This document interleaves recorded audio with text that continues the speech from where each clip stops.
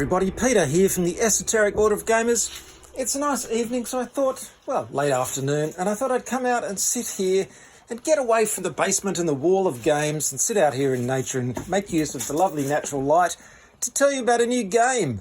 Well, at least to introduce a new game, because I'll go inside to set it up and tell you about how it works. It is the Last Kingdom board game by Gamelyn Games.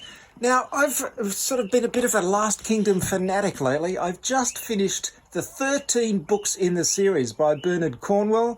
They were excellent. I really enjoyed them. And I've also just come to the end of the 5 seasons of the TV show. I've just got the last movie to watch, and then I've finished all those as well. So there's been so much Anglo-Saxon stuff happening in my head for months now. And I've been following the trajectory of the books and following the different trajectory of the TV series at slightly concurrent times. It's been very confusing, but I've really enjoyed the stories. I highly recommend the books. The series is very good, but it does differ from the books in many crucial ways, and it's a bit less historically accurate. Of course, the books are rollicking adventure yarns, but they are based in the true history of the period around the 9th and 10th centuries of the clashes between the Saxons and the Danes over England and the eventual unification of the different kingdoms of England, or what came to be known as England or Englaland, under Athelstan. So it's a very interesting historical period, and this, of course, uses the IP of the Last Kingdom TV series with all the characters from there, but you'll also find a bit of good historical stuff in here as well. Now, this is an area control game. It's got some card drafting as well. It's had very good reviews, and I'm really excited to play it, not only because of the theme, but also that I've heard it's a very, very good game. I'm going to show you how the game plays, and then I'm going to give you my thoughts on the game. But first, before we get started, let's just see what you get in the box. Let's open it up. We've got a nice little square rule book. There's our rules. Of course, I'll be making a rules summary and reference from my website. You can download it from there when it's done. I haven't started it yet. We've got some screens, so there is some hidden stuff here behind your screens. Each player gets one of those. Some nice counter sheets. There's one, there's another, and there's another. Now we've got the board. I've had a look at the board, and this is the one thing that sort of I feel isn't quite as exciting, but we'll talk about that when we get to my thoughts on the game. But there's our board, and we've got the different provinces or kingdoms of Anglo-Saxon British Isles, which are Northumbria, Mercia, Wales, and East Anglia. There we go. And of course, Wessex. Then at the bottom, we have some very nice miniatures, which I was surprised to see. I wasn't expecting this game to have miniatures. We've also got some nice coloured counters. There's a little bag. This even came with sleeves, so this may be a special Kickstarter edition. I will check that and get back to you. There's a whole bunch of character cards down the bottom for the different factions. There's a deck of cards, as you can see, and a very nice insert to keep it all together. So that's what you get in the game. I'm going to move inside and tell you about how it plays. Well, here we have a game setup of the Last Kingdom board game. Now, please excuse me, I broke the end of my finger this week, so that's why this big thing is stuck on the end of my finger. Hopefully it won't slow me down too much, but it's certainly going to get in the camera a little bit. So The Last Kingdom is a 2 to 5 player game.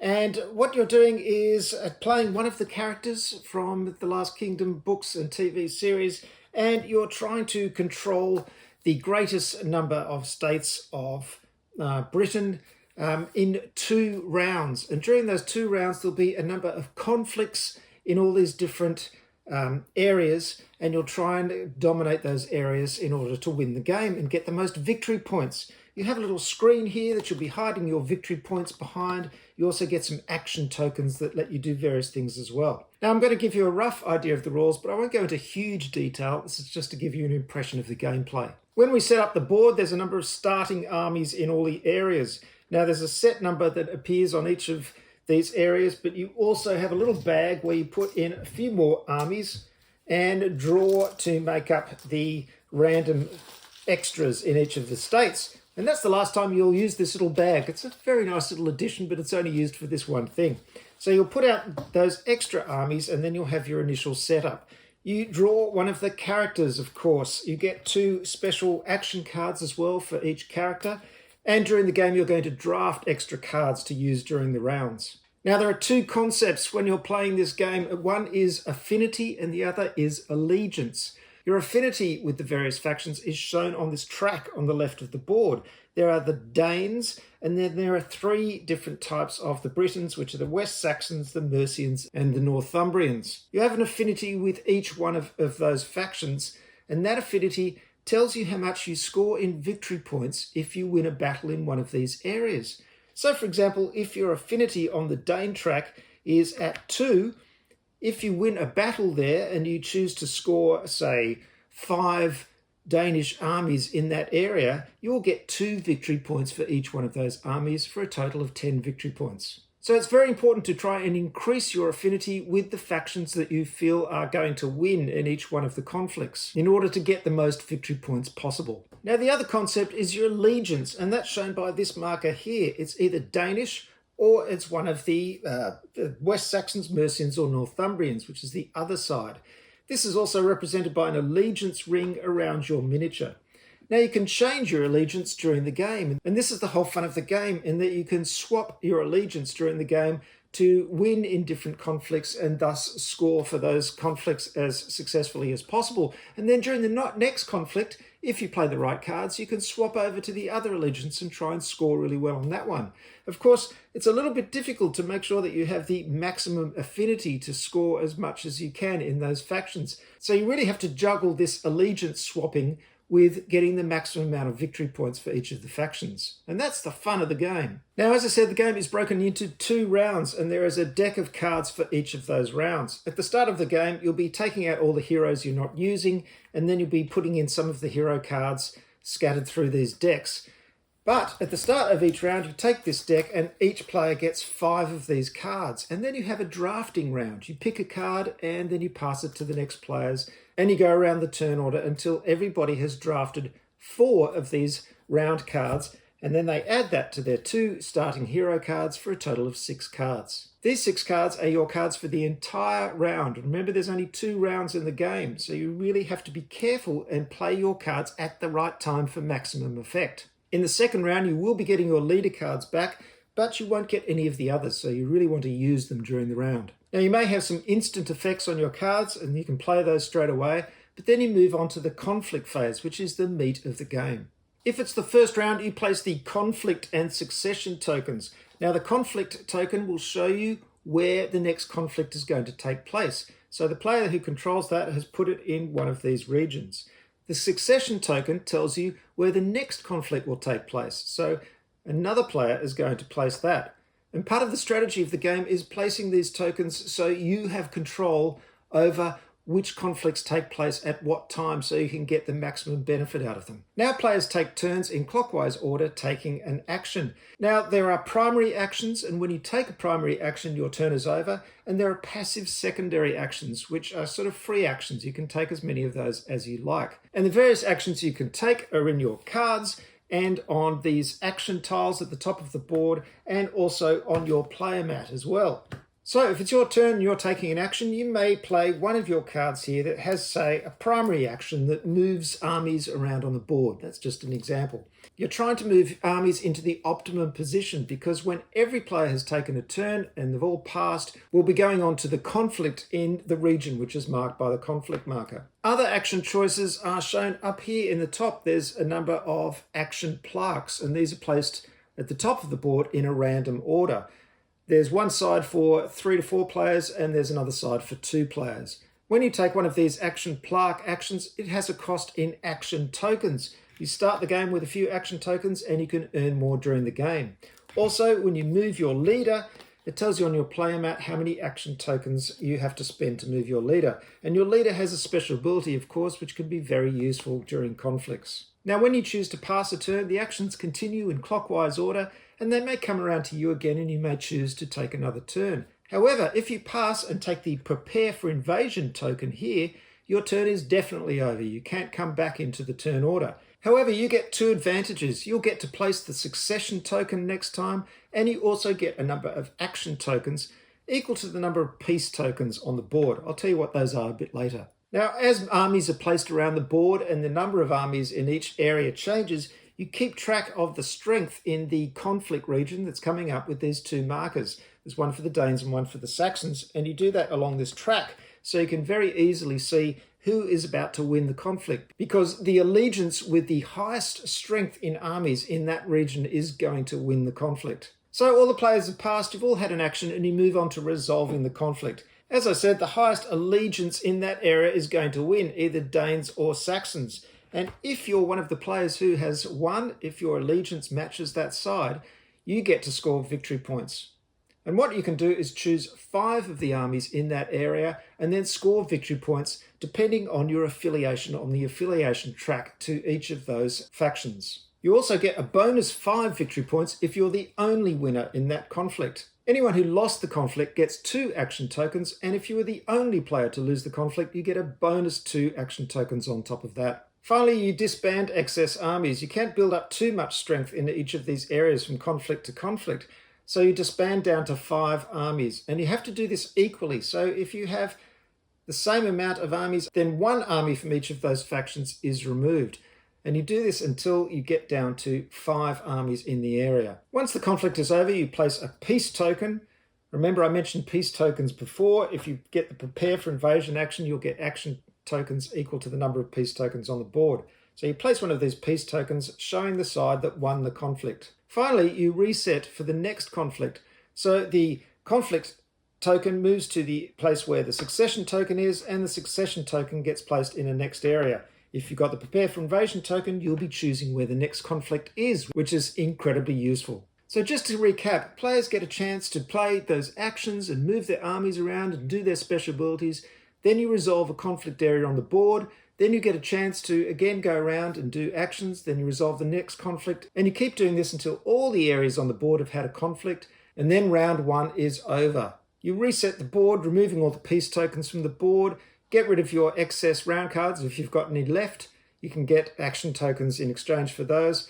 You get your leader cards back into your hand and you reset for a new round. And you'll be drafting now from the round 2 deck, and you do that all over again. And then that's the game.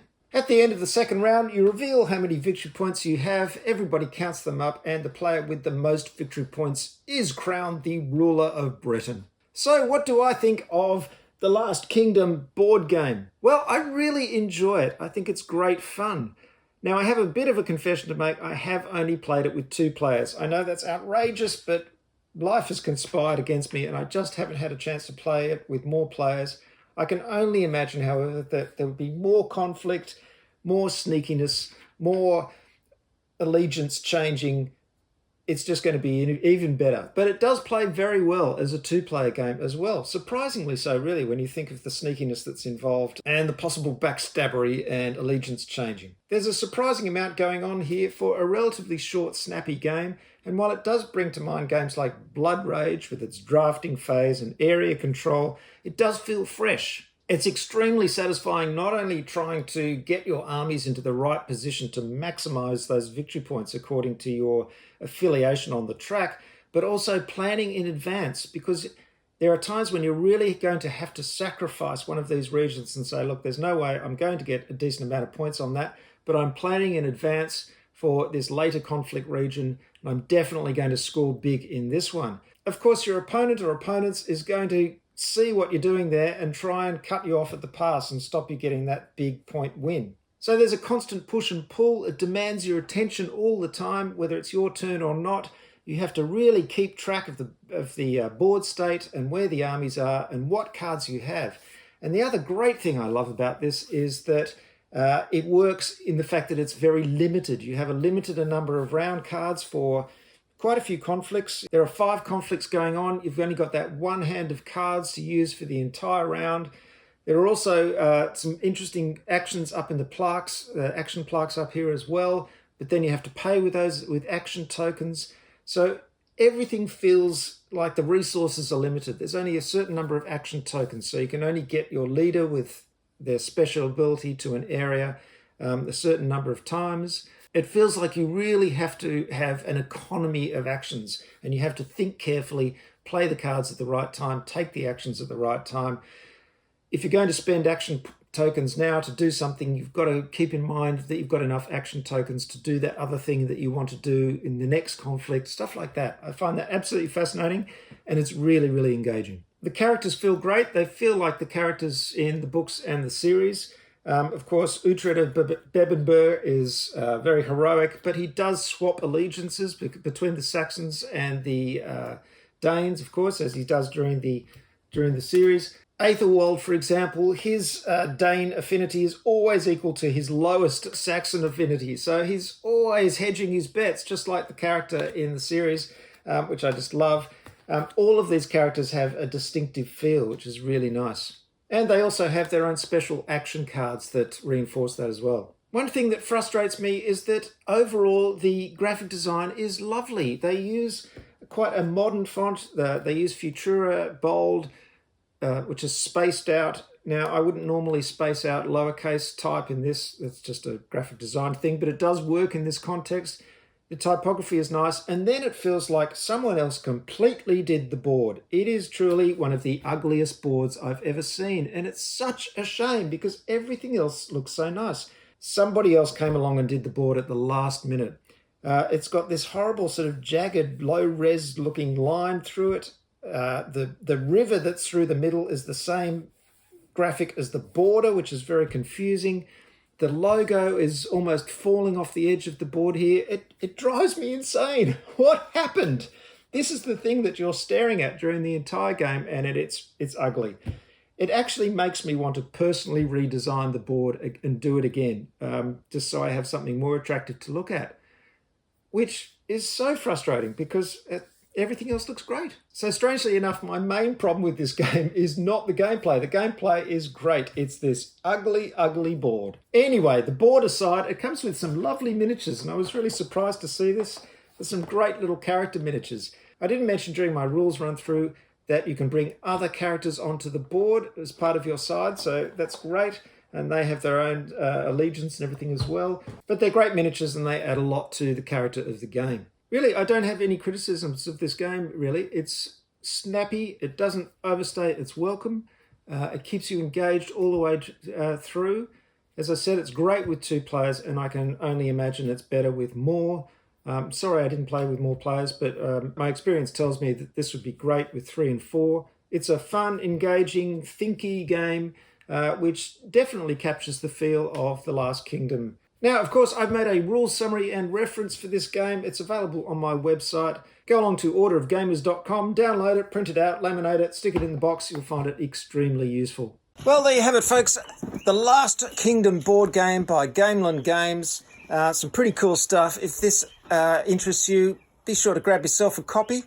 And again, I do recommend the books, and the TV series is good too. Definitely worth watching and reading. Hope you've enjoyed this video. I will see you next time. Check out the website orderofgamers.com, and you'll find a rules and reference for this as soon as I get it done. And of course, check out my social media channels where you can keep track of everything that the Esoteric Order of Gamers is doing. And of course, on the Patreon channel, if you choose to support me, there's also a feed there where you can keep track of all the new stuff. The Esoteric Order of Games also has a Discord community. Join up, go to the website, click the link and join up because there's some lovely people there all talking about games. I will see you next time, and remember, destiny is all.